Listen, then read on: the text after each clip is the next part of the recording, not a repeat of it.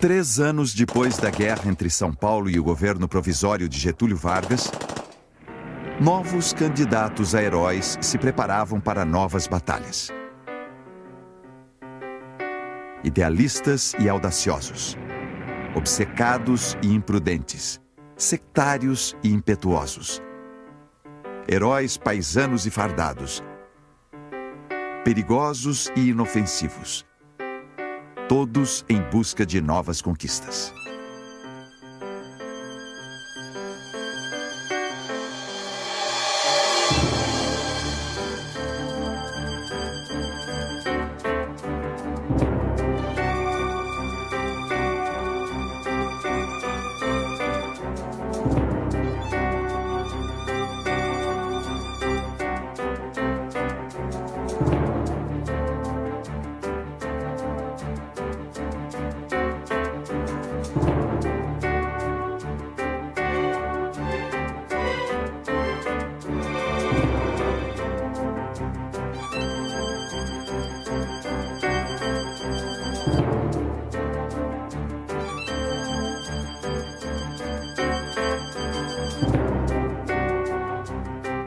No final de novembro de 1935, membros do Partido Comunista do Brasil lideraram 3 levantes militares, com a intenção de derrubar o governo de Getúlio Vargas.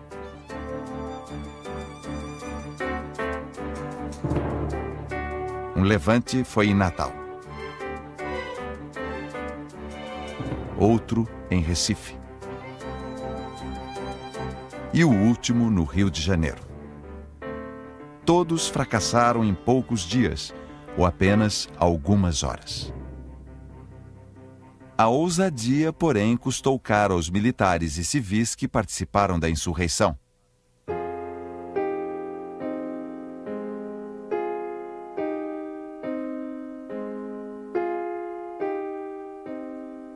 Vários rebeldes foram brutalmente torturados e até simpatizantes do Partido Comunista, sem qualquer envolvimento com o levante, acabaram presos.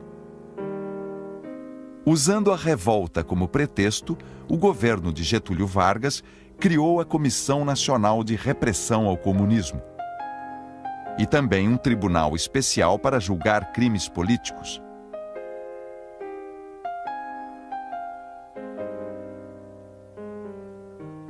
A escalada autoritária culminaria com a instauração do Estado Novo, em 1937.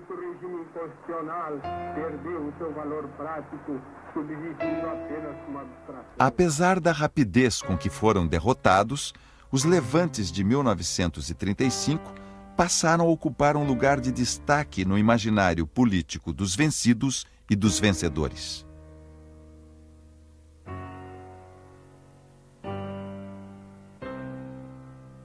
Com o claro intuito de depreciar o levante, os vencedores o batizaram de intentona, pejorativo tirado do baú para tentar diferenciar a insurreição de 1935 das sublevações tenentistas de 1922, 24 e 30.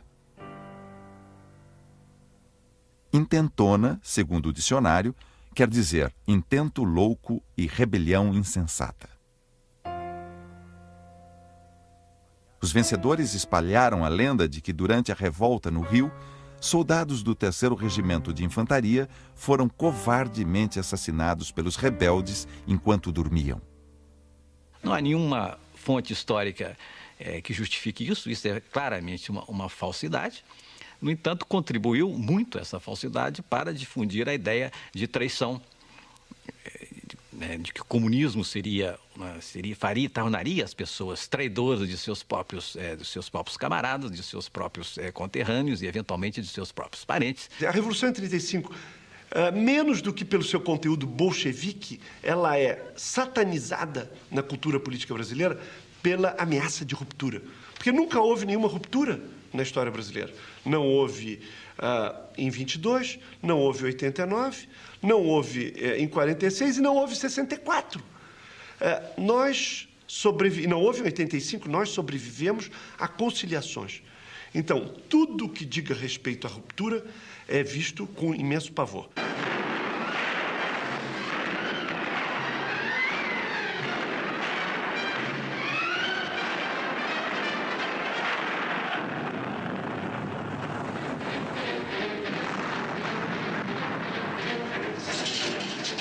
Em outubro de 1917, quando tomaram o poder na Rússia, os líderes do Partido Bolchevique sabiam que o sucesso da Revolução Soviética dependia ainda da vitória de outras revoluções na Europa e no resto do mundo. Esse foi o objetivo que levou à criação, em 1919, da Internacional Comunista, com sede em Moscou. Concebida por Lenin, a Internacional Comunista seria o Estado-Maior da Revolução Mundial.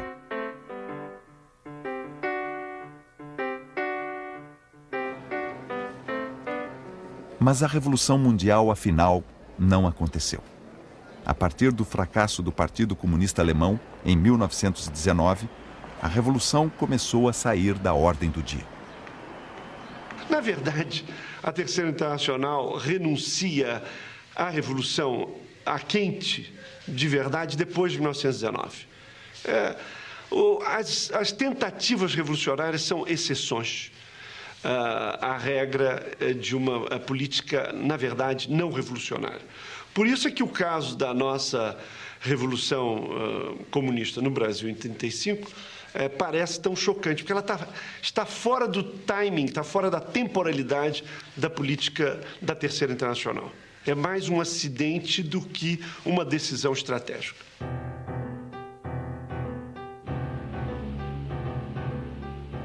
Quando o Partido Comunista foi criado no Brasil, a tomada do poder em outros países deixara de ser uma prioridade para a União Soviética. Fundado em março de 1922, o Partido Comunista do Brasil só teve 4 meses de atuação legal. O estado de sítio, decretado em julho pelo presidente Arthur Bernardes, condenou seus membros à clandestinidade. Otávio Brandão foi um dos primeiros militantes do partido e seu mais representativo teórico desse período.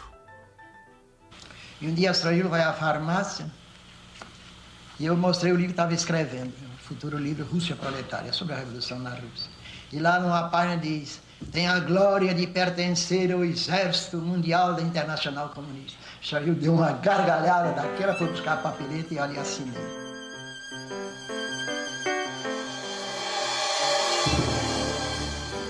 Aceito como membro da Internacional Comunista em novembro de 1922, o Partido Comunista do Brasil passou a ser uma seção dessa organização, que coordenava e controlava a atuação do movimento comunista internacional de acordo com os interesses do Estado soviético. 1922, no entanto, não ficou gravado na memória política brasileira como o ano em que o comunismo chegou ao país. Até hoje, 1922 é lembrado por ser o ano da rebelião tenentista. Na madrugada de 5 de julho, jovens oficiais e praças se rebelaram contra o governo. O forte de Copacabana, no Rio de Janeiro, se sublevou e foi bombardeado pelas forças leais ao presidente Arthur Bernardes. Recusando a rendição, os heróicos sublevados saíram pela Avenida Atlântica ao encontro das tropas do governo. Apenas 2 tenentes sobreviveram ao tiroteio: Eduardo Gomes e Antônio Siqueira Campos.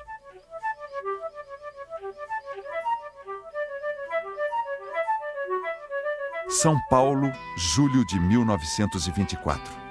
Uma nova insurreição agita os quartéis. O levante é sufocado, mas o desejo de continuar lutando gerou uma frente militar que entraria para a história como a Coluna Prestes. E eu era uma espécie de juiz de paz. Né? Todas as queixas, todas as dificuldades que cada um tinha, o que necessitava, era comigo que falavam. Né?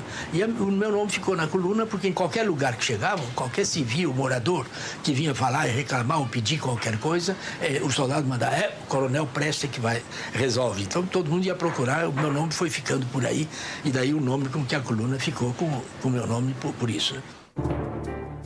Em abril de 1925, Luiz Carlos Prestes assumiu a chefia do Estado-Maior da coluna comandada pelo Major Miguel Costa. A coluna percorreria 25 mil quilômetros através de 13 estados na tentativa de derrubar o governo de Arthur Bernardes. As forças federais enfrentaram os rebeldes durante quase 2 anos. Quando a marcha da coluna chegou ao fim, Arthur Bernardes já fora substituído na presidência da República pela via eleitoral.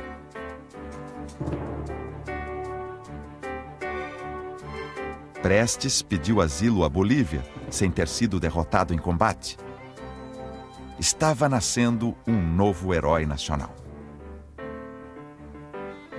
A minha geração, que é a geração que nasce entre 10 e 12, né, deste século, eu penso também que nas gerações que nascem depois, até os anos 20, e mesmo nos anos 30, né, são gerações para as quais Prestes foi uma figura legendária nesse período, né? O Cavaleiro da Esperança. De maneira que nós, os garotos, torcíamos pela coluna, dentro de nossa inconsciência política, né? Mas com uma veneração enorme por aquele jovem comandante, né?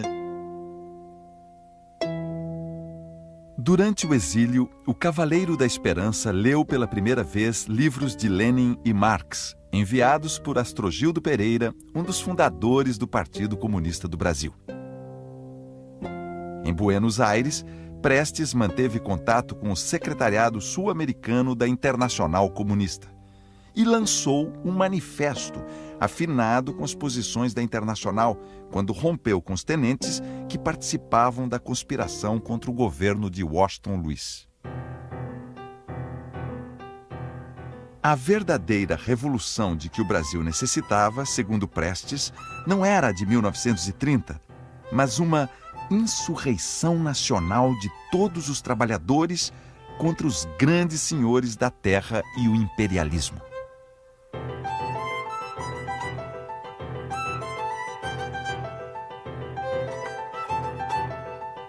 Quem acabou contribuindo de maneira inesperada para o projeto político de Prestes foi a Revolução de 30. Antes de romper com os tenentes, o Cavaleiro da Esperança recebera de Getúlio Vargas o equivalente hoje a 2 milhões de reais para a compra de armamentos. Depois do rompimento, o que sobrou desse dinheiro foi usado por Prestes para financiar as atividades da Internacional Comunista na América do Sul.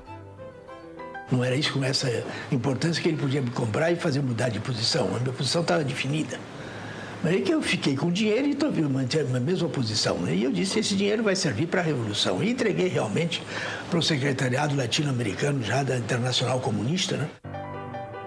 Em setembro de 1931, Prestes seguiu para Moscou. Estavam em curso, na época, o primeiro plano quinquenal de industrialização e a coletivização da produção agrícola. O projeto de construir o socialismo em um só país substituíra a ideia da Revolução Mundial. Eu fui trabalhar lá na União Soviética como engenheiro estrangeiro, levei a minha mãe e minhas irmãs e embarquei para a União Soviética. Aí termina a parte mais importante da minha vida por aqui, pela América Latina. Nesse depoimento, dado em 1983, quando estava com 85 anos, Luiz Carlos Prestes parece querer guardar a lembrança apenas dos tempos de glória da coluna e apagar da memória as lutas que vieram depois do triunfo da Revolução de 30, quando ele se tornou um comandante sem tropa. Prestes já foi à União Soviética com essa intenção na cabeça, de fazer a revolução, a sua revolução, a que ele considerava verdadeira, depois de haver se recusado a participar do movimento armado de 1930, que levou Getúlio Vargas ao poder. O Brasil se preparava para voltar a um regime constitucional no momento em que começavam a se dissipar os efeitos da crise econômica iniciada em 1929. Foi nesse período que aumentaram as relações comerciais e os investimentos dos Estados Unidos e da Alemanha.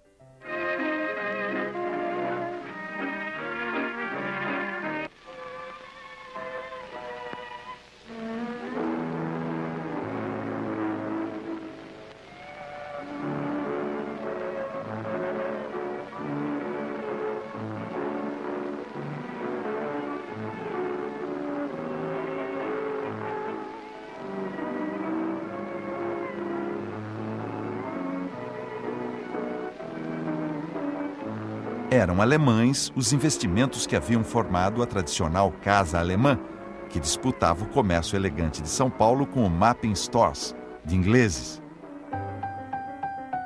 É também alemão o capital da VASP, quando a empresa inicia suas operações.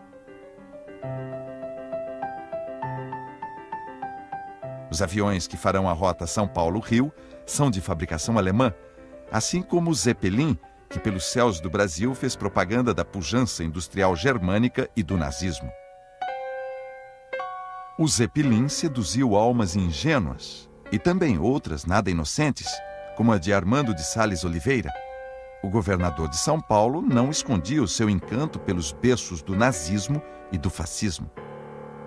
Peçamos à Itália, à Alemanha, a Portugal, os poderosos métodos de propaganda por meio dos quais levaremos aos últimos recantos do país a palavra de união e de fé em volta da bandeira da pátria.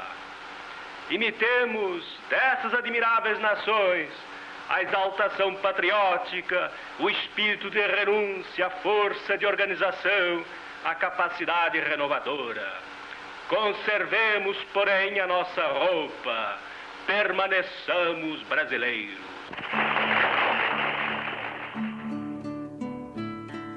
Em maio de 1933, 3,5% da população vão às urnas. Pela primeira vez no Brasil, o voto é secreto e as mulheres têm direito de votar.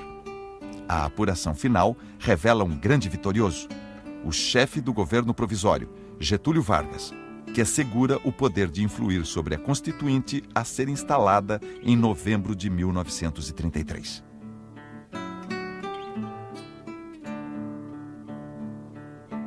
A vitória da situação, porém, não foi total. Em vários estados importantes, as oligarquias derrotadas em 1930 voltaram ao poder, criando um clima de agitação em boa parte do país.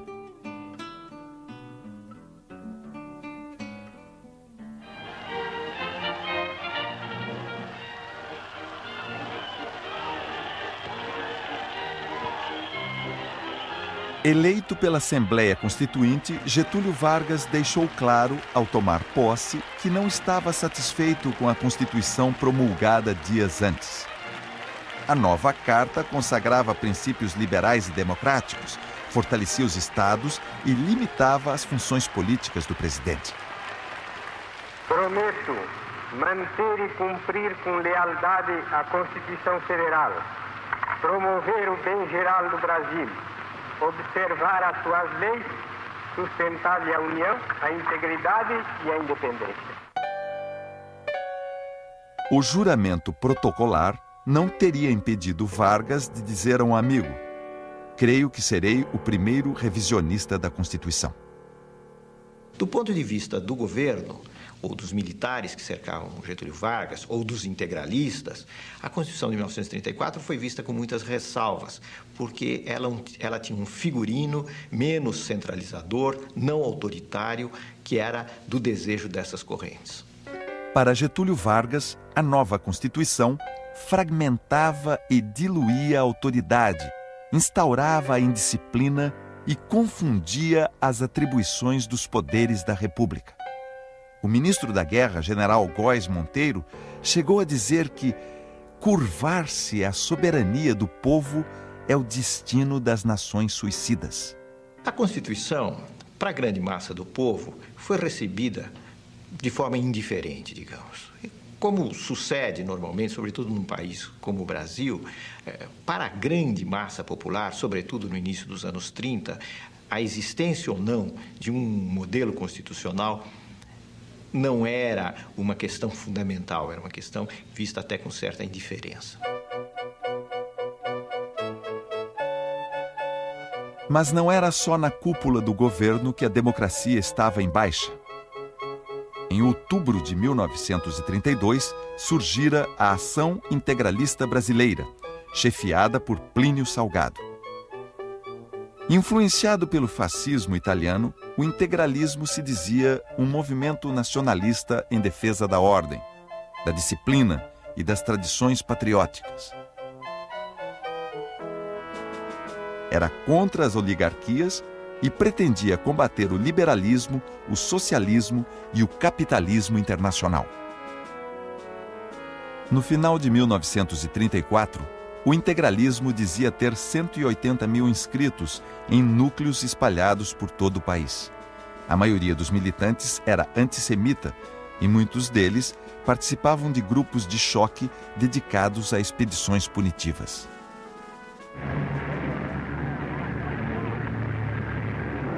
Irineu continua passando seus fortes concorrentes um a um. Apesar das ambições heróicas de integralistas e comunistas, era longe da arena política que outros pretendentes a heróis, arriscando a própria pele, arrebatavam multidões. Tão perigoso era o circuito da Gávea, no Rio de Janeiro, que sua pista ganhou o apelido de Trampolim do Diabo. O segundo grande prêmio da cidade revelou ao mundo um herói brasileiro, Irineu Corrêa. Numa época em que italianos e alemães disputavam a hegemonia nas pistas de corrida, Irineu Corrêa venceu pilotando uma baratinha fabricada pela Ford americana. No ano seguinte, logo na primeira volta, o campeão brasileiro perdeu o controle do carro, chocou-se contra uma árvore e caiu num canal, morrendo no acidente.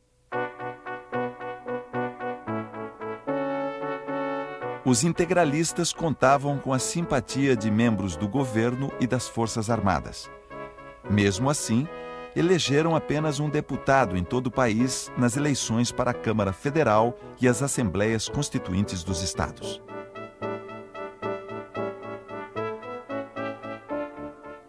A campanha foi marcada por conflitos de rua. Uma semana antes da votação, grupos antifascistas dissolveram à bala uma concentração integralista na Praça da Sé, em São Paulo. No tiroteio, 6 pessoas morreram e 42 foram feridas. A crescente radicalização política levou Getúlio a encaminhar à Câmara dos Deputados o projeto de Lei de Segurança Nacional, ou Lei Monstro, como passou a ser chamada. Os direitos e garantias individuais inscritos na Constituição de 1934 estavam com os dias contados.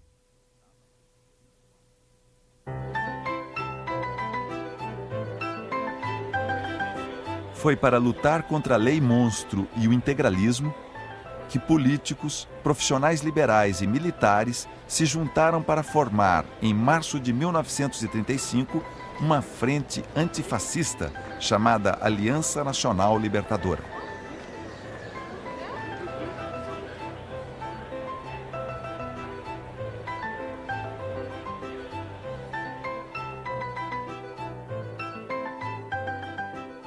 Nós estávamos imbuídos com a experiência política acumulada naqueles tempos, com os diferentes surtos de esperança que vinham do acompanhamento da coluna, das promessas da coluna, da aliança liberal, né? E depois as decepções correspondentes, né? O desejo do novo, né? O desejo de mudanças, o desejo de soluções para os grandes problemas do país, né? Presidida pelo comandante da Marinha, Ercolino Cascardo, ex-tenente revolucionário em 1930, a aliança entrou na cena política brasileira com um grande comício no Teatro João Caetano, no centro do Rio de Janeiro. Durante a cerimônia, um jovem estudante de direito chamado Carlos Lacerda, então membro da Juventude Comunista, sugeriu o nome de Luiz Carlos Prestes para presidente de honra da aliança. E o Cavaleiro da Esperança foi eleito por aclamação. Alguns dos antigos tenentes vitoriosos agora após 30 foram absorvidos no Exército, reabsorvidos no Exército e foram promovidos rapidamente e se estabilizaram, naturalmente se sentiram compensados e deixaram as suas intenções rebeldes diante de 30. Outros entraram na política, que era uma tentação muito grande naquele momento, se tornaram interventores e, eventualmente, só mais tarde é que regressaram ao Exército. Mas também, numa atitude, às vezes, reformista politicamente, mas não mais revolucionária. E, por fim, um terceiro grupo, e aí, sem dúvida, muito influenciado pela opção de Prestes, pelo radicalismo e sua entrada no Partido Comunista, este grupo se dirigiu para a esquerda, às vezes se mantendo dentro do Exército, mas se orientou muito mais para a esquerda. E foi este grupo que entrou na ANL e foi este grupo que participou também da revolta de 35. Desde agosto de 1934, Prestes pertencia aos quadros do Partido Comunista do Brasil, que só o aceitou por determinação da Internacional. Afinal, fui considerado membro do partido por ordem da Terceira Internacional, porque a Terceira Internacional, nessa época, realmente mandava nos partidos. Deu ordem e eles publicaram no dia 1º de agosto de 34, a Classe Operária, que era o órgão, o jornal do partido, publicou a minha adesão ao partido. Prestes ainda estava em Moscou quando a Revolução Soviética completou 17 anos. O 10º aniversário da Revolução fora celebrado em 1927 com o filme Outubro. Em 1934, foi a vez de Chapayev. Outubro era um épico sobre o heroísmo coletivo. Chapayev, um épico sobre o heroísmo individual. Comandante do Exército Vermelho durante a Guerra Civil, Chapayev tornou-se um modelo de coragem e liderança para todos os russos e certamente também para candidatos a heróis de outros países. 29 de dezembro de 1934. Depois de 3 anos na União Soviética, Luiz Carlos Prestes inicia sua viagem de volta ao Brasil.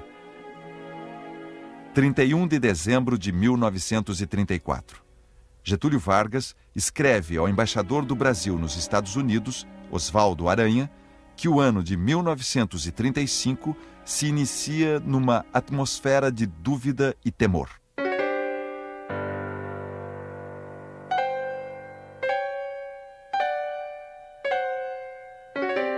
Prestes chegou ao Brasil na semana em que Armando de Sales Oliveira tomou posse como governador de São Paulo. Dias antes, fora aprovada pelo Congresso e sancionada por Getúlio Vargas a Lei de Segurança Nacional, a Lei Monstro. O país voltara a um regime de exceção com o poder concentrado nas mãos do presidente da República.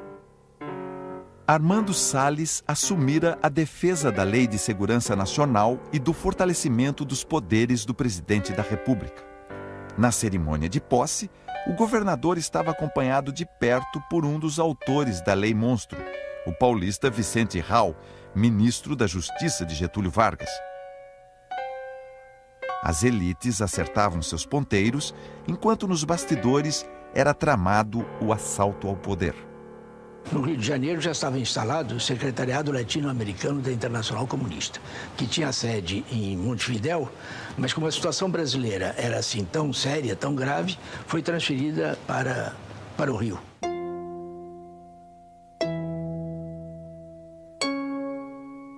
Prestes não veio sozinho para o Brasil, nem com sua verdadeira identidade. Um passaporte falso o transformara num cidadão português. No papel de esposa, uma revolucionária alemã, Olga Benário, agente do Serviço de Espionagem do Exército Soviético. Além de agente da Internacional Comunista, ela era também agente militar, agente do Serviço de Inteligência Militar. O meu livro havia revelado que ela era Ela tinha feito preparação militar, tinha feito curso de preparação militar, pilotava aviões, tinha feito curso em cavalaria, falsificava documentos, atirava com arma curta, com arma longa, falava 5 idiomas, ou seja, era uma típica agente cominterniana dos anos 30. Desde o início dos anos 20, a Internacional espalhava agentes clandestinos pelo mundo. A partir de 1931, enviados da Internacional passaram a dar orientação política ao Partido Comunista do Brasil e a organizar cursos para a formação de novos dirigentes. No caso, Prestes Manuilski, que era o principal homem da Internacional, e provavelmente 2 ou 3 dirigentes altos do serviço de espionagem do Exército Vermelho, consideraram possível a repetição do esquema que havia sido empregado na China. Quando Prestes e Olga chegaram, outros casais, também clandestinos, já atuavam no Rio. Arthur Evert e Elise Saborowski eram alemães, assim como Johann de Graaf e Helena Kruger. Rodolfo Guioldi e Carmen de Alfaia eram argentinos. Pavel e Sofia Stuchevsky, soviéticos. Arthur Evert tinha passaporte americano em nome de Harry Berger. Stuchevsky virou o cidadão belga Leon Jules Vallée e Johann de Graaf adotou o nome de Franz Gruber. A esse grupo viria juntar-se o americano Victor Allen Baron. Eram, ao todo, 11 pessoas encarregadas de prestar assessoria política, ensinar técnicas de sabotagem, dar treinamento paramilitar e estabelecer comunicação direta por rádio com Moscou. Enquanto este grupo começava a atuar no Brasil, a Internacional Comunista adotava, como política oficial, a formação de frentes populares antifascistas para enfrentar a ameaça do nazismo. Seguindo essa orientação, Prestes anuncia sua adesão à Aliança Nacional Libertadora. O grupo que teve maior destaque na formação da Aliança Nacional Libertadora foi o dos tenentes, chamados tenentes de esquerda, que vinham lutando desde 22, participaram de 30 e que se sentiam traídos e desiludidos com a Revolução de 30. O Partido Comunista, ele praticamente não teve nenhuma influência na formação da Aliança Nacional Libertadora. A Lei de Segurança Nacional, que fora sancionada por Getúlio 5 dias depois da formação da aliança, não impediu que a aliança tivesse um crescimento rápido. Os filiados teriam chegado a mais de 70 mil, sendo grande o número de militares. Da parte da Aliança Nacional Libertadora, da direção da aliança oficial, é uma luta antifascista, uma luta democrática, uma luta anti-imperialista e uma luta contra o latifúndio, mas sem nenhuma indicação de como chegar ao poder, de como organizar um governo. Ao contrário, eles fazem questão de dizer que não são um partido político. 7 de maio de 1935. Em meio a boatos de golpe militar, um novo ministro da Guerra é nomeado por Getúlio. No lugar de Góes Monteiro, assume o general João Gomes, ex-comandante das forças do governo nas operações contra a coluna Prestes no Nordeste. Apaziguada a área militar, Getúlio Vargas vai a Buenos Aires com a família, a bordo do encouraçado São Paulo. Viaja para assinar um tratado de comércio com a Argentina e participar da primeira fase de negociações para o armistício da Guerra do Chaco. Quando volta ao país, a tensão política aumentara. Em 9 de junho, um operário morre e dezenas de pessoas saem feridas de um confronto entre integralistas e aliancistas em Petrópolis. Para Getúlio, a Aliança Nacional Libertadora não passava de uma fachada do Partido Comunista. O ministro da Guerra, João Gomes, considerava o ideário aliancista contrário à lei e à ordem. Outros generais afirmavam que a aliança recebia ouro de Moscou. Esses ataques eram motivo de festa para os integralistas, que já contavam com um precioso aliado na cúpula do governo, o coronel Newton Cavalcante, chefe da Casa Militar da Presidência da República.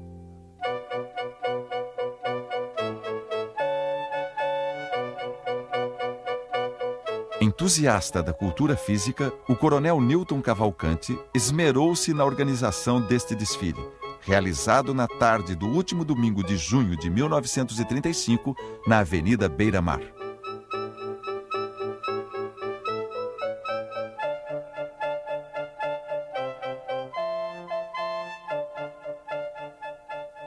Cinco dias depois da grande parada atlética, Prestes daria de mão beijada um motivo para o governo fechar a aliança.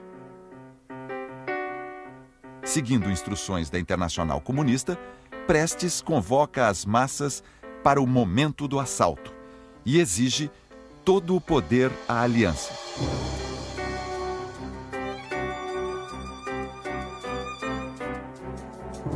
Lido por Carlos Lacerda, o manifesto pega de surpresa o setor aliancista que atuava em defesa da Constituição de 1934. Na semana seguinte, Getúlio manda fechar a aliança. Pouco antes, Prestes escrevera uma carta profética ao seu antigo companheiro da coluna, Miguel Costa. Nesta carta, ele dizia: "A Aliança Nacional Libertadora é uma organização que já não se pode facilmente matar. Quando o governo a lançar na ilegalidade, os seus dirigentes continuarão na sombra o trabalho já começado." A liquidação da aliança já era esperada, mas a falta de reação pegou todos de surpresa. O único protesto foi uma marcha de 5.000 pessoas em São Paulo, liderada pelo historiador Caio Prado Júnior.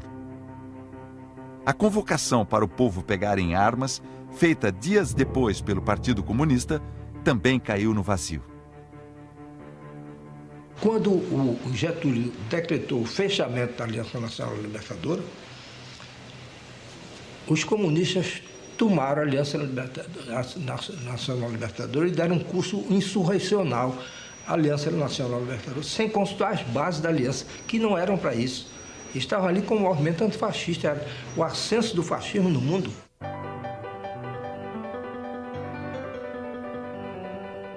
O Comitê Central do Partido Comunista estava convencido que o país vivia uma crise pré-revolucionária. Antônio Maciel Bonfim, codinome Miranda, secretário-geral do partido desde julho de 1934, chegou a descrever o governo batendo em retirada enquanto as Forças Armadas e a polícia confraternizavam com os comunistas. Prestes, quando ainda estava na União Soviética, descrevera o Nordeste como uma economia feudal e escravagista, e os cangaceiros como guerrilheiros camponeses que contavam com grande simpatia do povo. A tarefa dos comunistas, segundo Prestes, seria conduzir os cangaceiros num grande movimento contra o feudalismo e o imperialismo. Apesar de fora da lei, os núcleos continuaram a crescer, os núcleos da aliança, desenvolviam-se os núcleos da aliança. E o Partido Comunista se preparava para a insurreição. Uma vez fechada a Aliança Nacional Libertadora, Prestes procura seus antigos companheiros de farda e propõe ressuscitar a coluna, agora multiplicada e orientada. Miguel Costa responde criticando Prestes por ter lançado a palavra de ordem "todo o poder à aliança", sem iniciar em seguida a insurreição. Que o Miguel Costa considera um absurdo você transformar aquele movimento de massa, pretender transformar aquele movimento de massa num movimento revolucionário, num levante armado. E adverte o Prestes várias vezes que aquilo é o equivalente a colocar uma criança para enfrentar um elefante. Это нашу партию, товарищи, партию большевиков, как на одной шестой части мира в непримиримой революционной борьбе, великой лаборатории социалистического труда и мысли под руководством Ленина и Сталина творческий марксизм получил и получает с каждым днем свой всемирно-исторический размах. Em agosto de 1935, no 7º Congresso realizado em Moscou, Prestes foi eleito membro do Comitê Executivo da Internacional Comunista. Мы не были бы революционными марксистами, ленинцами, достойными учениками Маркса, Энгельса, Ленина и Сталина. Может наверняка выполнить свою историческую миссию, снести с лица земли фашизм, а вместе с ним и капитализм. Ainda durante o 7º Congresso, a Aliança Nacional Libertadora foi citada como exemplo da política oficial de frentes populares. Mas a aliança já tinha sido fechada e os acontecimentos no Brasil seguiam outro curso. O secretário-geral do Partido Comunista dizia que o país marchava a grandes passos para a luta decisiva pela derrubada do governo de traição nacional.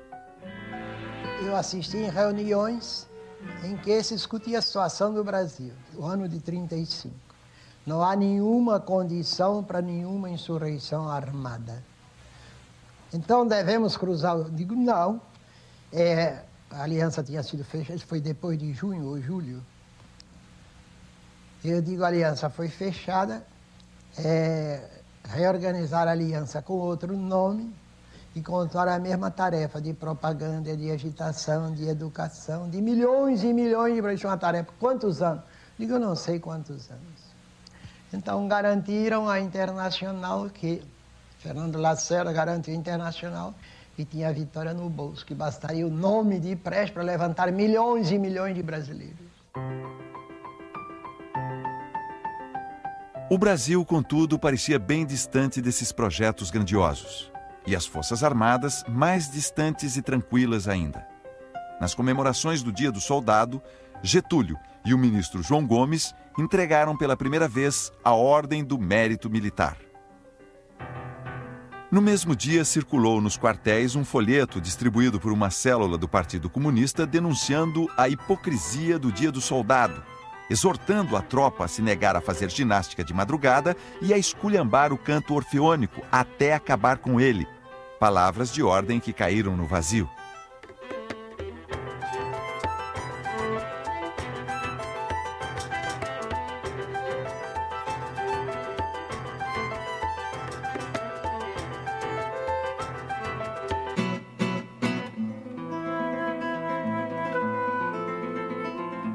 Grandes, mas vãs esperanças eram depositadas nas Forças Armadas, tidas como aliadas na luta pela liberdade e pela democracia. O jornal aliancista Amanhã via o Exército como uma instituição popular, de filhos do povo, que sempre se recusara ao papel de capitão do mato. 10 de outubro de 1935. Luiz Carlos Prestes escreve a Miguel Costa. As condições objetivas indicam que, de um momento para o outro, podemos estar à frente de acontecimentos de tal envergadura que sejamos obrigados a pôr na ordem do dia a questão da tomada do poder. Comunistas e aliancistas estavam convencidos de que a revolução viria. Era apenas uma questão de tempo. Que a luta armada sempre foi a tática do Partido Comunista. Mesmo que se tivesse uma tática eleitoral nesse ou naquele momento, ninguém acreditava naquela época ser possível chegar ao poder sem a luta armada. E, portanto, todas as reuniões do Partido Comunista, todas as palavras de ordem que davam, sempre estavam pressupondo a luta armada. Prestes vivia com Olga Benário no bairro de Ipanema, onde o casal arriscava até algumas incursões à praia. Arthur Evert e Elise eram vizinhos de Prestes e Olga. 2 vezes por semana, na casa de Evert, o pequeno grupo se reunia à noite com Guioldi e o secretário-geral do partido, Antônio Maciel Bonfim, o Miranda. Embora a Olga tivesse sido formalmente destacada para fazer segurança pessoal, para ser guarda-costas do Prestes, e ela tinha qualificação para isso, na verdade, a impressão que fica, embora ninguém disponha de informação mais precisa sobre isso, é que ela tinha um papel um pouco mais abrangente. Tanto que ela interfere, ela participa de reuniões, ela interfere, ela se surpreende com o despreparo dos dirigentes comunistas brasileiros. Em 17 de outubro de 1935, Arthur Evert telegrafou a Moscou dizendo que poderiam ser obrigados a agir. A redução dos efetivos militares, iniciada pelo governo de Getúlio, com afastamento de soldados, cabos e sargentos, enfraqueceria a base de apoio dos comunistas nas Forças Armadas. No telegrama, Evert pedia que fosse enviado com urgência o equivalente hoje a R$2.600.000. Para que vocês precisam desse dinheiro? Perguntou espantado o chinês Shen Xiaoyu, conhecido como Van Min, chefe do secretariado latino-americano da Internacional Comunista. No mesmo telegrama de resposta, Van Min pediu que alguém fosse enviado a Moscou para fazer um relatório da situação no Brasil. Enquanto essas mensagens iam e vinham, o governo aparentava tranquilidade. Cumprindo os ritos do poder, Getúlio compareceu com seu ministro da Educação e Saúde, Gustavo Capanema, à inauguração do Hospital Estácio de Sá. O que houve no Brasil foi uma operação de serviço secreto. Foi uma operação organizada ao mesmo tempo pela Polícia Política Soviética e pelo Exército Vermelho, através do seu Departamento de Espionagem Militar. Prova disso é a biografia profissional dos participantes. Seguramente a direção da Internacional Comunista foi induzida a erro por informações vindas do Brasil. Basicamente as informações transmitidas a eles e particularmente ao Dmitry Manuilsky, secretário do Comintern, pelo secretário do partido, secretário-geral do Partido Comunista Brasileiro, que era o Miranda. A Internacional Comunista nem determinou, nem teve papel preponderante, nem insistiu, sequer sugeriu o movimento armado de 1935. Isso, a meu ver, está mais do que comprovado pelos documentos.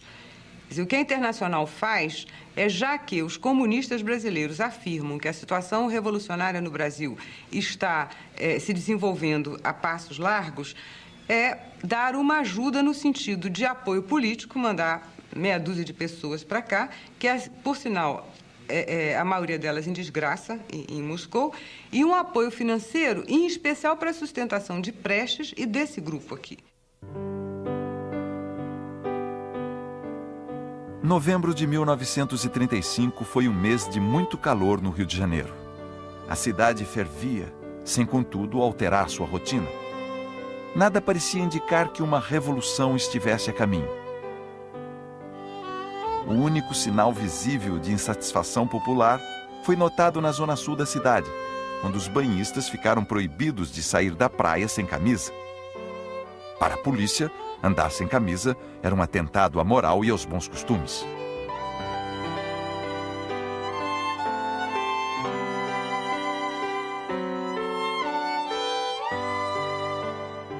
Como todo ano, no primeiro domingo de novembro, milhares de fiéis subiram os degraus da escadaria da igreja de Nossa Senhora da Penha para encerrar uma das festas religiosas mais populares do Brasil.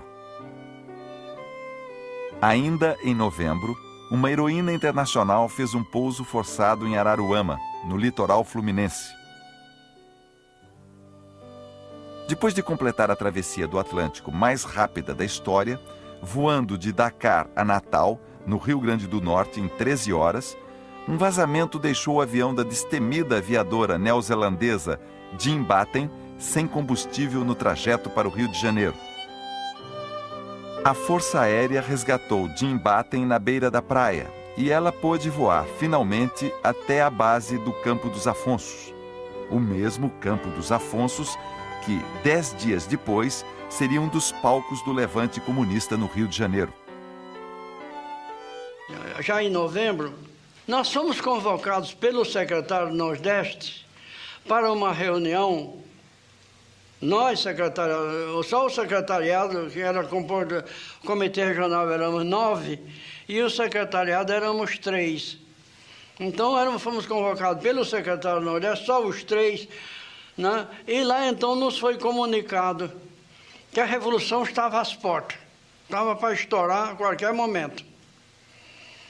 E que, em Natal, havia um problema dos dos praças de pré que estavam ameaçados de serem dispensados, né? E que, como a força maior do partido e da aliança era no quartel, que era o 21BC, então eles já tinham dado ordem para Natal para não se deixar desarmar. É claro que isso foi um impacto para nós, né? Não se deixar desarmar, quer dizer que era o choque. Com apenas 40 mil habitantes, Natal já era considerada um dos 4 pontos estratégicos do mundo, por ser o local mais próximo da Europa e da África no continente americano. Desde a recente eleição do governador Rafael Fernandes, a capital do Rio Grande do Norte estava dominada pela tensão política. Em novembro de 1935, a situação se agravou depois que o exército começou a dispensar praças, cabos e sargentos. O exército soltou também, tirou elementos que vieram para prestar o serviço militar, terminou, e esses rapazes não queriam mais voltar para o interior, ficaram aqui. Aí engrossou a massa de carentes e que estavam por tudo. O que houvesse para eles estava bem. Foi o cabo Giocondo Dias quem informou os companheiros da direção local do Partido Comunista que o quartel do 21º Batalhão de Caçadores estava em pé de guerra por causa das dispensas. A revolta, segundo ele, era iminente. Para não deixar escapar a oportunidade, foi tomada a decisão de convocar o partido para pegar em armas. Eu estava lá na Ribeira. Eu morava lá na Ribeira e sucede que quando houve o início, eu estava lendo os cartazes lá do jornal católico, A Ordem.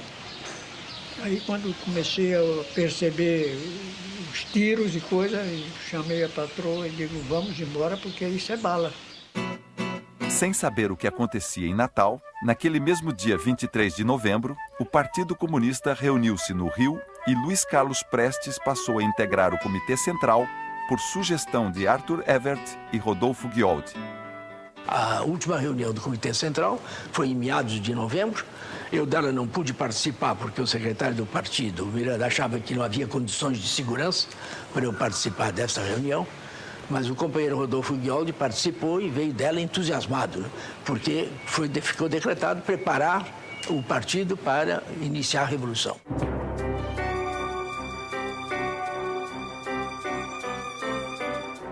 A notícia da insurreição em Natal chegou a Recife no próprio sábado, 23 de novembro, poucas horas depois de iniciada. Ao receber a informação do que ocorria, o secretariado do Nordeste do Partido Comunista marcou o levante em Recife para a manhã do dia seguinte.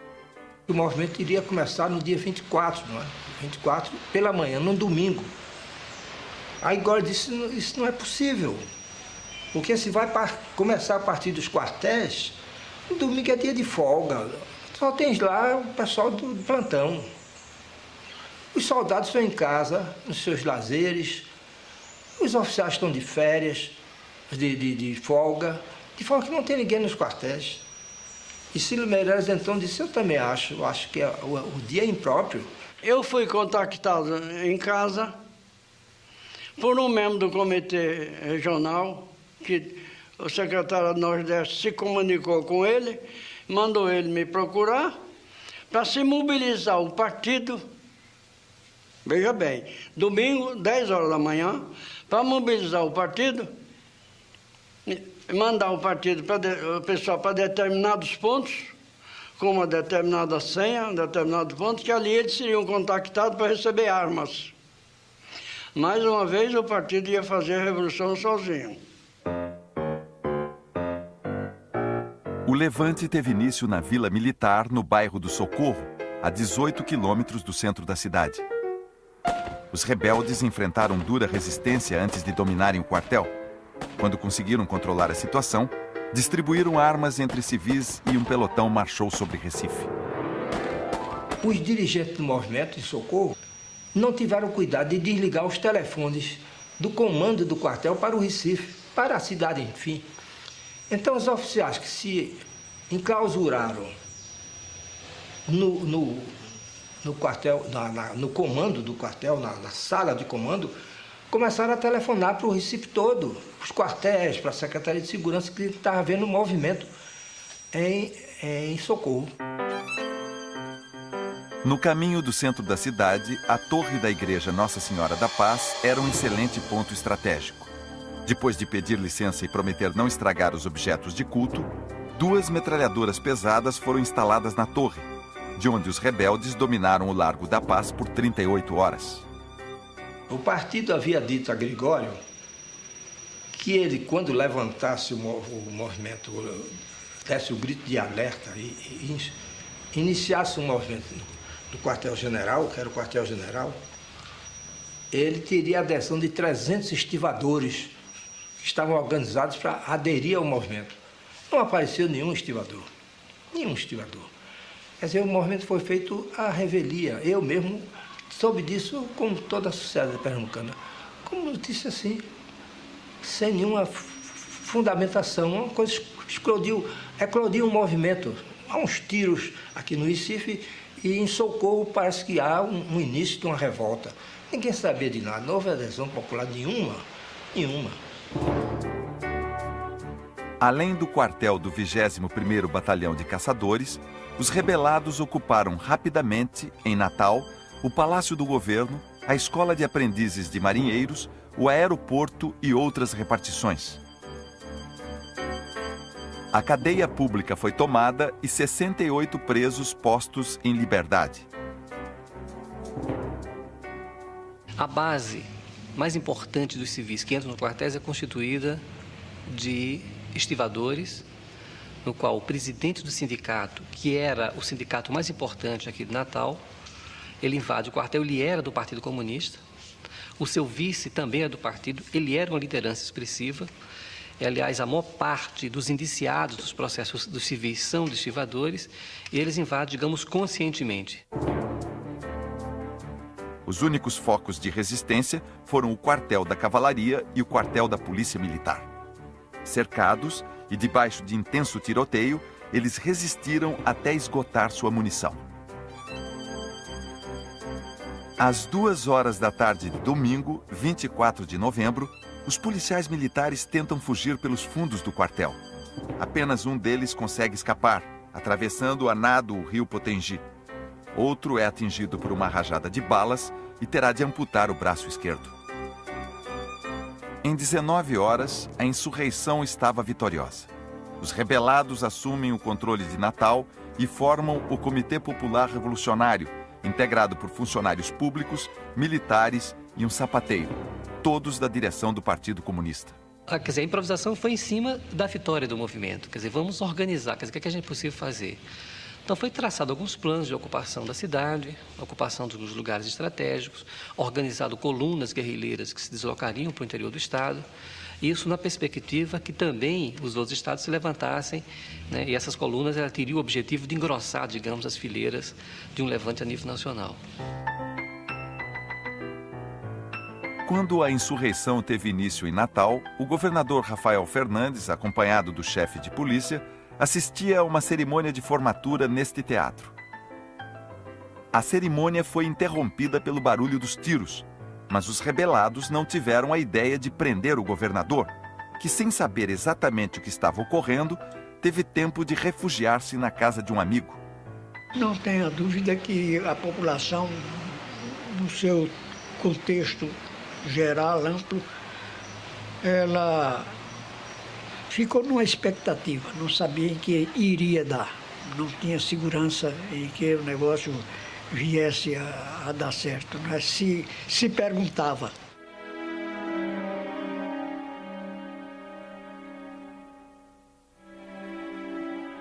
Prestes foi pego de surpresa com a notícia da rebelião em Natal, no domingo, 24 de novembro, à noite. O movimento podia ter eclodido aqui na noite de 25 para 26, até. Quer dizer, com 2 dias de antecedência, mas não houve meio de encontrar o secretário do partido e eu não queria tomar a responsabilidade de iniciar o movimento no Rio de Janeiro sem ser com a direção do partido, com o secretário-geral e com a comissão executiva do Comitê Central. Àquela altura, o governo federal já pusera as tropas da 1ª Região Militar de prontidão e prendera, no Rio de Janeiro, 150 pessoas, entre comunistas e antigos membros da Aliança Nacional Libertadora. Só quando já estavam atrás das grades é que ouviram de um carcereiro que os comunas estavam fazendo uma revolução lá pelo norte.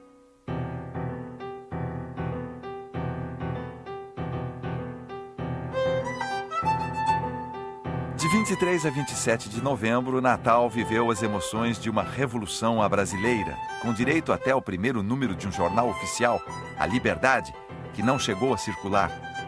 Como prenúncio de que alguma coisa não ia bem para os rebelados, o único anúncio publicado gratuitamente, para preencher espaço, era do sal de frutas Eno, indicado para indisposições estomacais. Destituído o governador Rafael Fernandes, o Comitê Revolucionário baixou o preço dos bondes para conquistar o apoio da população. Além de munição e mantimentos, o comitê tratou de conseguir dinheiro. Os cofres da Recebedoria de Rendas e do Banco do Brasil foram arrombados e o equivalente hoje a cerca de 7 milhões de reais levados para a sede do governo revolucionário. Na manhã de segunda-feira, 25 de novembro, os rebeldes continuavam lutando no Largo da Paz, em Recife.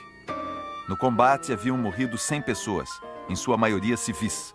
Já cercadas, as forças rebeldes souberam que reforços do governo estavam a caminho. Ameaçada de bombardeio, a torre da igreja foi abandonada e os rebeldes bateram em retirada para o interior do estado, onde se entregaram ou acabaram presos. Os oficiais foram tratados com respeito. Soldados, cabos, sargentos e civis suspeitos de serem comunistas foram brutalmente torturados. Então eu fui colega de assembleia de um coronel que nesse tempo era tenente da Polícia Militar. Ele disse: Paulo, naquela época a ordem que nós recebíamos naquela época era não fazer prisioneiro, era fuzilar. Mandava o sujeito correr e atirava pelas costas. Não fazer prisioneiro. Pegava aquele pessoal todo, aqueles operários, mandava isso. Então, vocês estão soltos. E foi embora. E de costa, as costas dele, nós tiroteávamos com metralhadora, com fuzil, e matamos dezenas, talvez centenas de pessoas assim.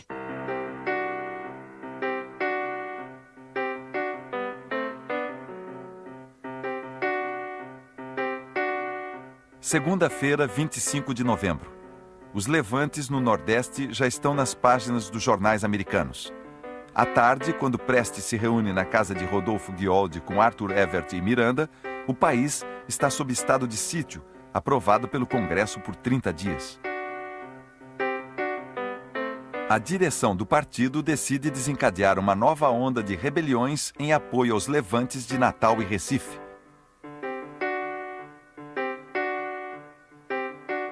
Prestes redige ordens para as unidades militares do Rio e convoca à luta antigos companheiros da coluna. Dei as ordens principais, algumas delas foram apreendidas pela polícia, né? Outras são conhecidas, né? Particularmente aí para o 3º Regimento de Infantaria, que o chefe, o dirigente revolucionário é eu, Agildo Barata, com um grande número de oficiais que o seguiam. E para os outros quartéis da Vila Militar, mandei também ordem para o capitão Trifino Correia, que estava no batalhão no regimento lá de São João del Rei.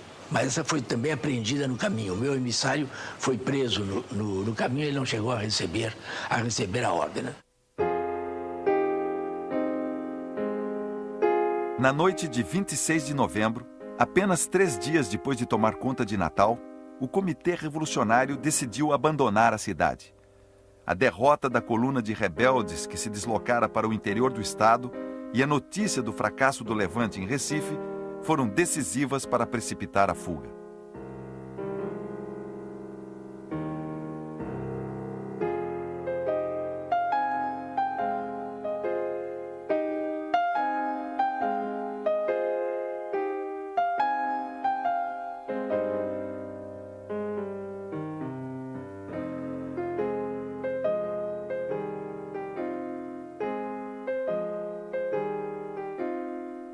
Reconduzido ao poder, o governador Rafael Fernandes aproveitou a onda de retaliações para perseguir adversários políticos que não participaram do levante. Um deles foi o futuro presidente da República, Café Filho. A insurreição já estava liquidada no Nordeste quando o último pavio da revolta foi aceso na capital da República. Nada deu certo, desde o começo.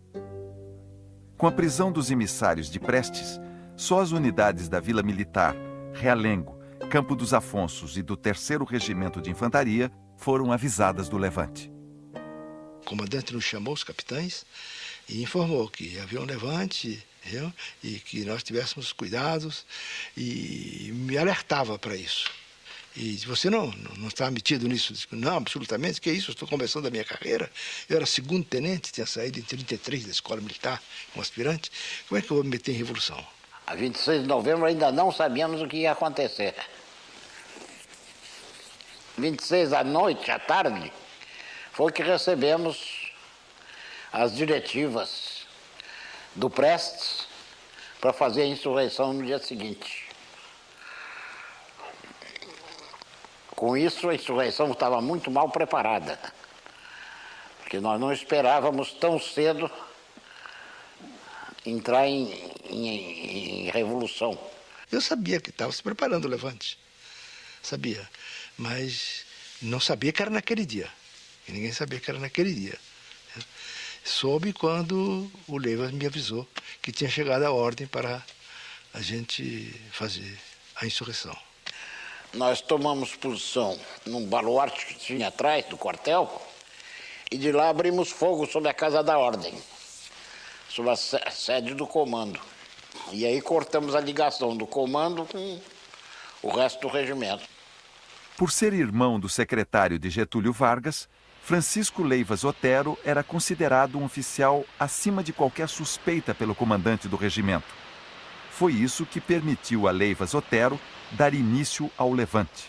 O movimento já estava denunciado desde a véspera, inclusive com um horário, de modo que nós tínhamos que fazer um movimento com a grande desvantagem de não ter o fator surpresa. Johann de Graaf, mais conhecido como Franz Gruber, foi enviado pela Internacional Comunista ao Brasil com Helena Kruger, sua mulher. Ela serviu de motorista para Prestes e Olga. Ele deu aulas de fabricação de bombas e técnicas de sabotagem a militantes do partido.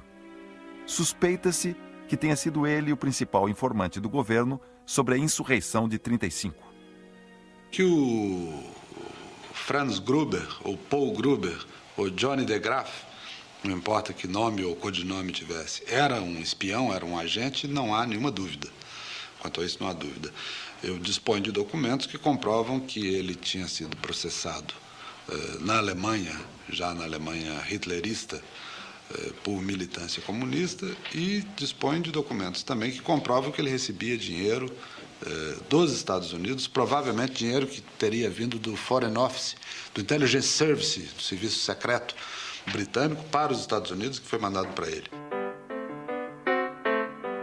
O levante na Praia Vermelha tinha como objetivo tomar rapidamente o quartel do 3º Regimento de Infantaria e deslocar batalhões para o Arsenal de Marinha, a Polícia Militar e a Polícia Especial. Um destacamento deveria tomar o Palácio Guanabara e outro, o Palácio do Catete, onde Getúlio seria deposto e preso. Só uma parte do plano pôde ser cumprida.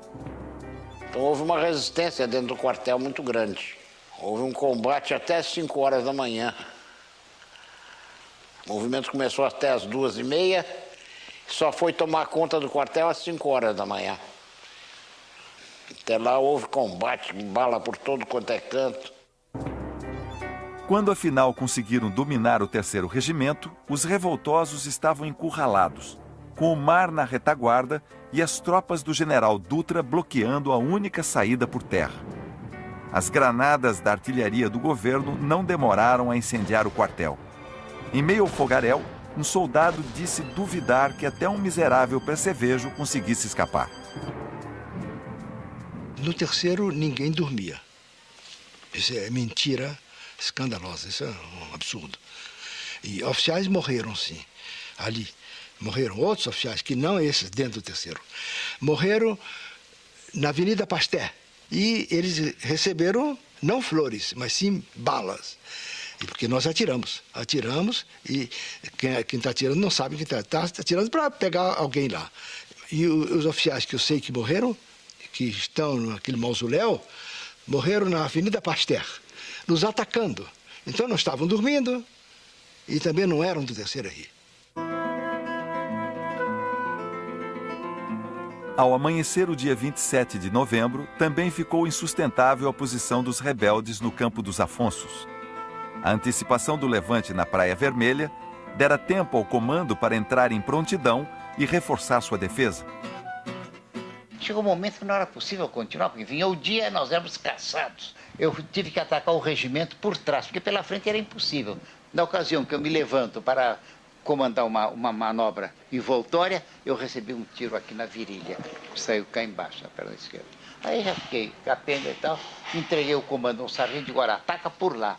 E me retirei porque não podia mais estar perdendo sangue, e fraco, pálido, e procurei então a Escola de Aviação Militar, que é ali perto, onde estava o meu carro.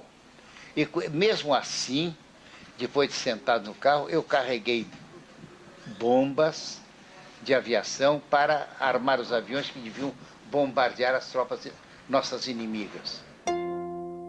Quando os rebeldes tentaram levantar voo, descobriram que todo o combustível havia sido retirado dos aviões. Ninguém se lembrara de verificar esse pequeno detalhe. Ao serem bombardeados pela vizinha vila militar, só restou aos sublevados iniciarem a debandada. Devidamente abastecidos, os aviões do 1º Regimento de Aviação, que deveriam ter partido em apoio ao 3º Regimento, acabaram dando o golpe de misericórdia no levante. Depois de 1 hora de bombardeio, o quartel da Praia Vermelha estava arrasado. Não havia mais como resistir.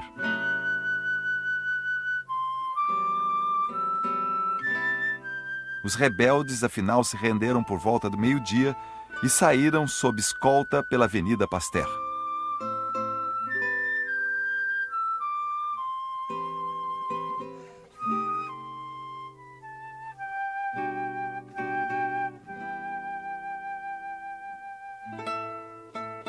Essa fotografia, inclusive eu estou aqui. Essa fotografia foi tirada no fim do levante, já tínhamos nos rendido, já tinha terminado tudo, e nós estávamos em frente ao regimento, não havia tiro, não havia mais nada, e nós saímos presos. Porque nós resolvemos nos juntar para mostrar coesão e para nos defendermos dos elementos que estavam lá e que queriam nos fuzilar, porque a ordem devia ser de nos fuzilar. E junto conosco estavam soldados e as demais praças, sargentos, tudo, que não participaram, mas estavam lá, foram presos junto conosco. Ficamos todos juntos. O objetivo era nós demonstrarmos que não estávamos abatidos. Esse era o significado que eu sinto. Eu nunca perguntei, não falei com ninguém, mas na prática a gente queria demonstrar que nós não estávamos com medo, nós éramos os mesmos que fizemos o levante conscientemente, embora disséssemos que nós fizemos intentona. Hein?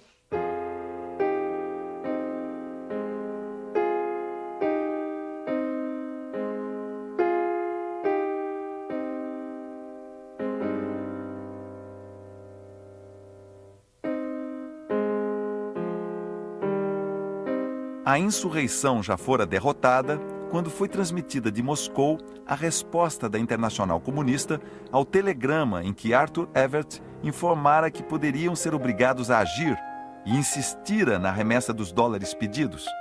A Internacional dizia a seus enviados no Brasil que eles mesmos deveriam decidir quando achassem necessário agir. Quanto aos dólares, confirmava a remessa do equivalente hoje a R$1.300.000, metade do que fora pedido.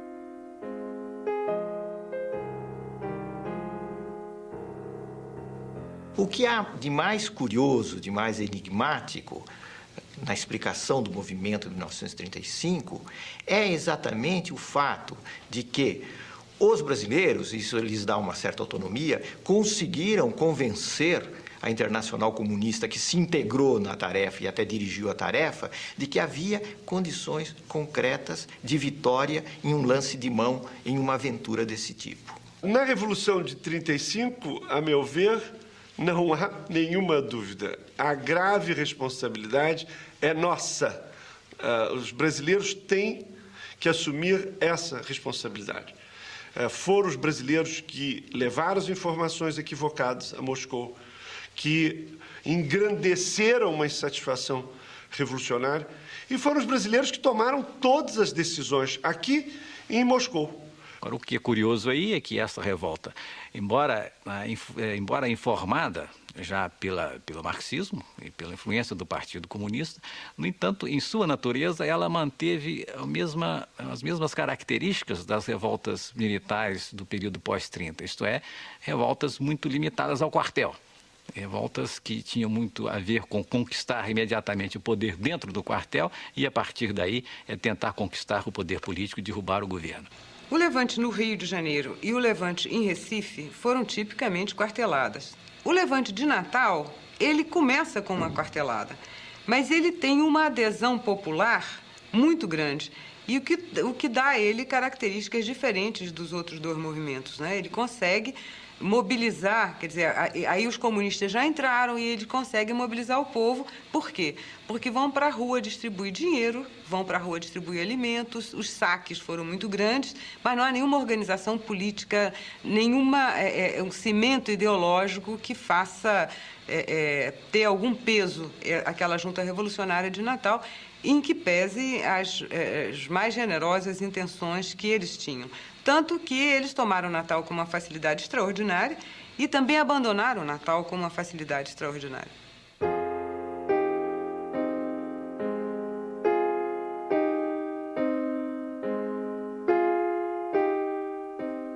A Revolução Popular anunciada por Prestes, na verdade, nunca esteve para acontecer. Não houve manifestações de solidariedade, greves operárias, atos de sabotagem ou guerrilhas no campo. Nada do que alimentou a expectativa dos comunistas brasileiros deixou o terreno da fantasia.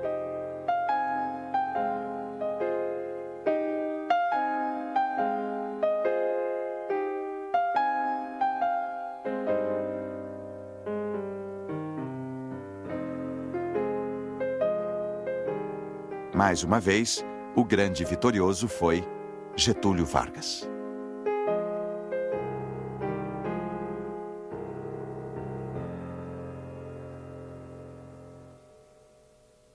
O 60º aniversário das revoluções de 35, é preciso deixar claro que o que houve de generosidade, o que houve de engajamento sincero desses participantes nas várias revoltas. Quer dizer, os historiadores não podem se transformar em promotores de acusação, porque outros revoltosos fizeram atos extremamente semelhantes ao que os revoltosos de 35 fizeram e chegaram ao governo e se transformaram em quase heróis da pátria. Neste ponto da Baía de Guanabara, ainda é possível ver os restos do casco de um navio que uma tempestade levou a pique em janeiro de 1959. Batizado de Dom Pedro I, era mais do que um navio desativado. Era uma relíquia histórica. Em 1935, ele fora requisitado pelo Ministério da Justiça para servir de presídio político. Não demorou a ficar evidente que um navio era pouco para os milhares de prisioneiros feitos pelo governo entre novembro de 1935 e os primeiros meses de 1936. Sócrates Gonçalves, Leivas Otero e José Gutmann acabaram em Fernando de Noronha. Mas a maioria não participara, nem sequer tomara conhecimento prévio da insurreição militar. Vários políticos, artistas, escritores e intelectuais pegaram as sobras da ira governista e foram parar na cadeia.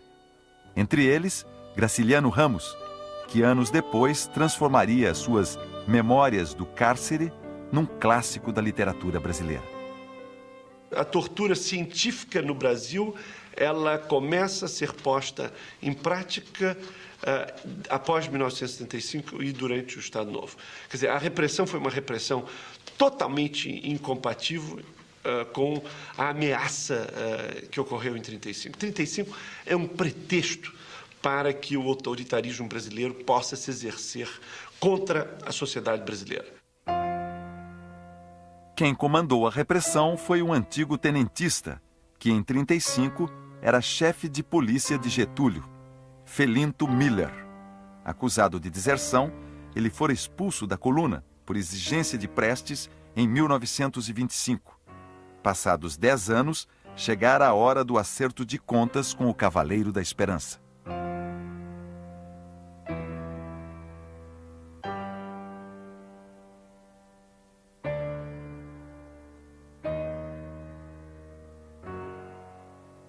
A histeria anticomunista tomou conta do país.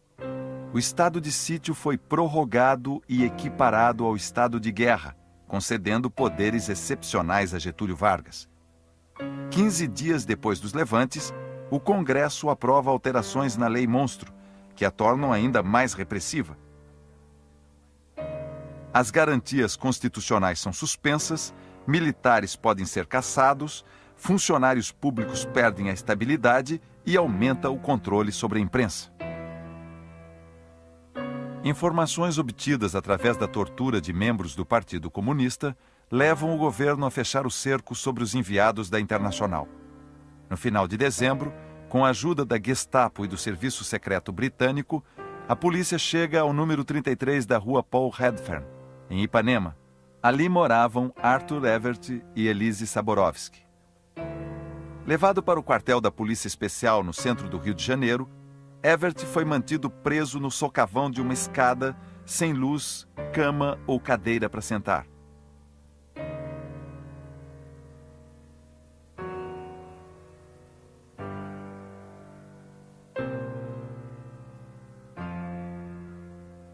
De tanto ser torturado, Evert acabou louco e recolhido ao manicômio judiciário. Elise, depois de ter sido barbaramente torturada, foi deportada para a Alemanha, tendo morrido no campo de concentração de Ravensbrück. Johann de Graaf e Helena Kruger foram soltos depois de alguns dias de prisão. Obtiveram, sem nenhuma dificuldade, vistos de saída e deixaram o país. Pavel e Sofia Stuchevski foram presos e postos em liberdade vigiada. Depois de alguns meses, conseguiram enganar a polícia e sair do país. Preso quando tentava fugir com sua mulher para a Argentina, Rodolfo Guioldi, sem ter sido torturado, deu informações preciosas à polícia, inclusive a da existência de Olga, até então desconhecida. Rodolfo e Carmen Guioldi cumpriram pena e acabaram deportados durante a Segunda Guerra Mundial.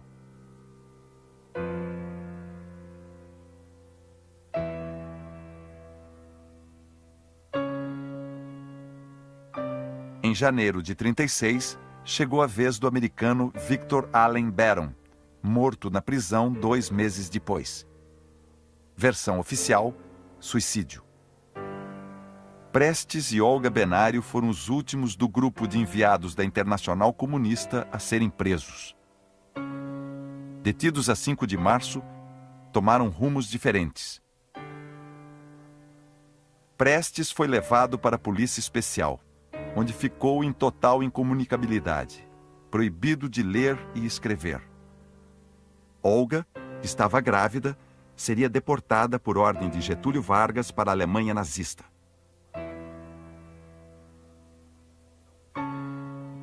Na prisão feminina da Gestapo, em Berlim, Olga daria à luz uma menina chamada Anita Leocádia. No mesmo dia em que Prestes e Olga foram presos, o jornal Pravda publicava em Moscou uma entrevista de Stalin. Nunca tivemos planos e intenções de promover a Revolução Mundial. Essa ideia é fruto de um mal-entendido, dizia Stalin. Seria um mal-entendido trágico? Pergunta o entrevistador. Não, responde Stalin. Um mal-entendido cômico. Ou melhor, tragicômico.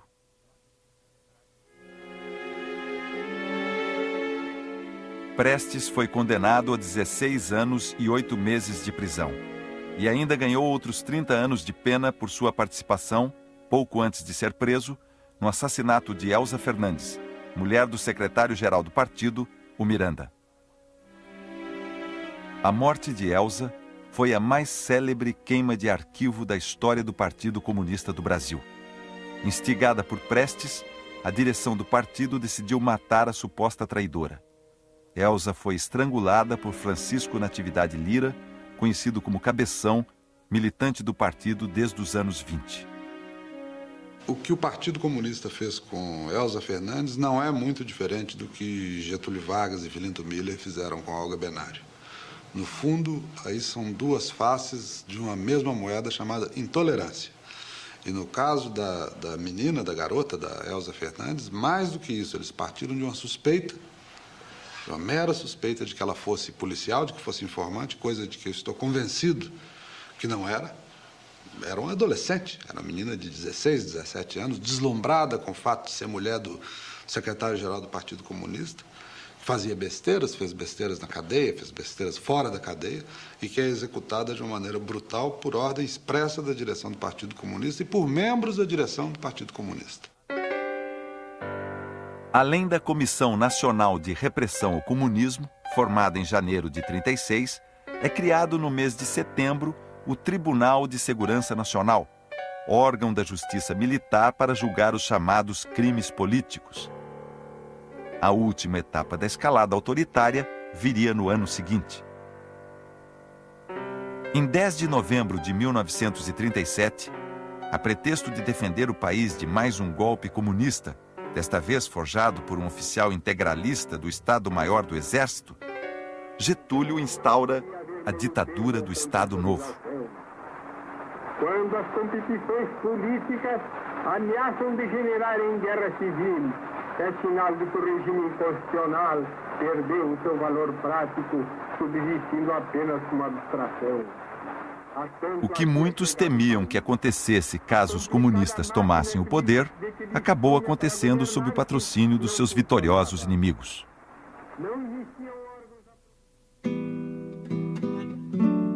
15 de julho de 1945. Neste domingo, às 3 da tarde, Luiz Carlos Prestes estará à frente de um grande comício no estádio do Pacaembu, em São Paulo. Anistiado por Getúlio Vargas, Prestes encontra-se em liberdade desde abril, depois de passar 9 anos na prisão. Também presente no comício está o antigo companheiro de Prestes na coluna, Miguel Costa. O Cavaleiro da Esperança agora é o secretário-geral do Partido Comunista, que desde 1943 defende uma política de união nacional com apoio a Getúlio. Ao declarar guerra à Alemanha e estabelecer relações diplomáticas com a União Soviética, Getúlio conquistara o apoio dos comunistas em nome da luta contra o nazifascismo. O próprio Prestes, ainda na prisão, defendera a união nacional em torno do governo, para permitir uma transição dentro da lei e da ordem até a constitucionalização do país.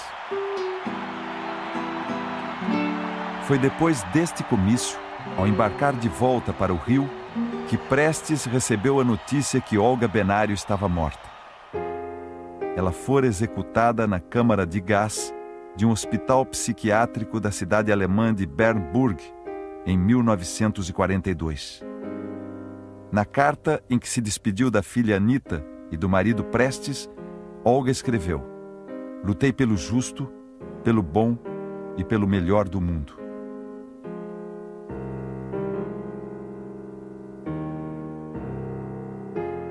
O que pareceria impossível, afinal, acontece. Getúlio e Prestes estão juntos no mesmo palanque. Ambos apoiam o candidato a vice-governador de São Paulo. Getúlio se elegera senador pelo Rio Grande do Sul. Prestes, concorrendo pelo Partido Comunista, fora o senador mais votado no Rio de Janeiro. No final de novembro de 1947, o Partido Comunista já estava novamente na clandestinidade, vítima da Guerra Fria e de um legado de ódio que se expandiria durante a ditadura militar implantada em 1964. Os militares nunca se esqueceram do Levante de 35. Lembrado todos os anos, com pompa e circunstância, à beira do mausoléu, inaugurado em 1940 pelo governo de Getúlio Vargas, para homenagear os 22 soldados que morreram lutando ao lado do governo durante a insurreição. Sempre é oportuno lembrar a traição perpetrada contra a soberania do Brasil em 1935. O presidente Castelo Branco e as mais altas autoridades da República reverenciam os que tombaram em defesa da liberdade e dos direitos fundamentais do homem e que a fúria comunista pretendeu exterminar. Mas a nação sobreviveu. As solenidades oficiais pelos mortos de 35 ganharam nova dimensão a partir de 1968, quando o mausoléu foi transferido do cemitério São João Batista para a Praia Vermelha, o próprio local onde ocorreu o levante.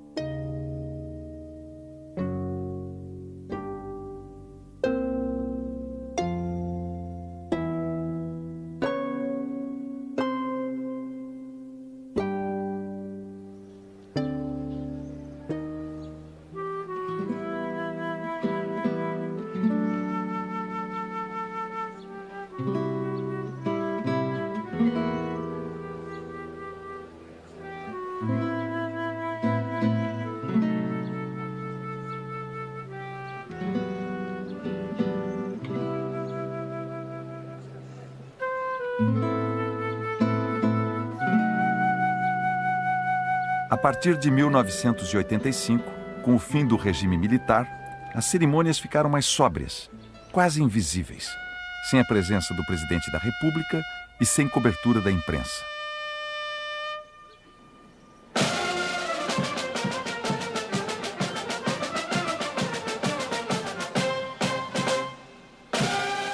Mas nem a queda do Muro de Berlim e a derrocada da União Soviética conseguiram atenuar o sentimento anticomunista até hoje estimulado em nossos quartéis.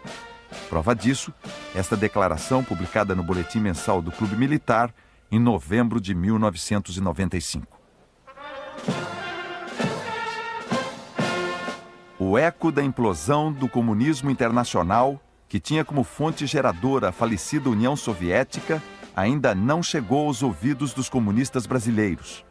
Alguns deles, encastelados em altos cargos do governo e mesmo fora dele, os ditos intelectuais de esquerda, escondem suas aguçadas garras e tentam, com belos discursos e medidas demagógicas, executar os mesmos mandamentos que norteavam os assassinos frios que mataram covardemente seus camaradas enquanto dormiam. 60 anos depois do levante, ainda havia quem acreditasse, contra todas as evidências, que militares haviam sido mortos covardemente pelos insurretos. E que o comunismo internacional estava, em 1995, encastelado em altos cargos do governo. A paranoia anticomunista não dá trégua ao esquecimento. Cultiva velhas diferenças e tenta ressuscitar fantasmas de um tempo que passou. Afinal, o que prevaleceu no Brasil desde o fim do regime militar foram eleições democráticas e não assaltos ao poder.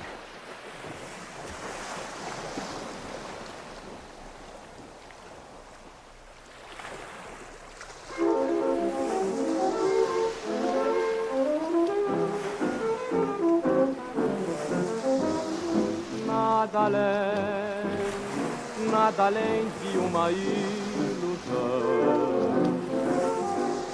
Chega bem, e é demais para o meu coração.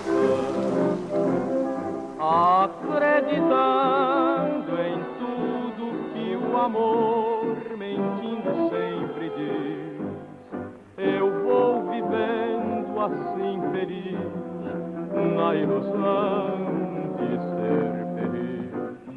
Se o amor só nos causa sofrimento e dor, é melhor, bem melhor a ilusão do amor.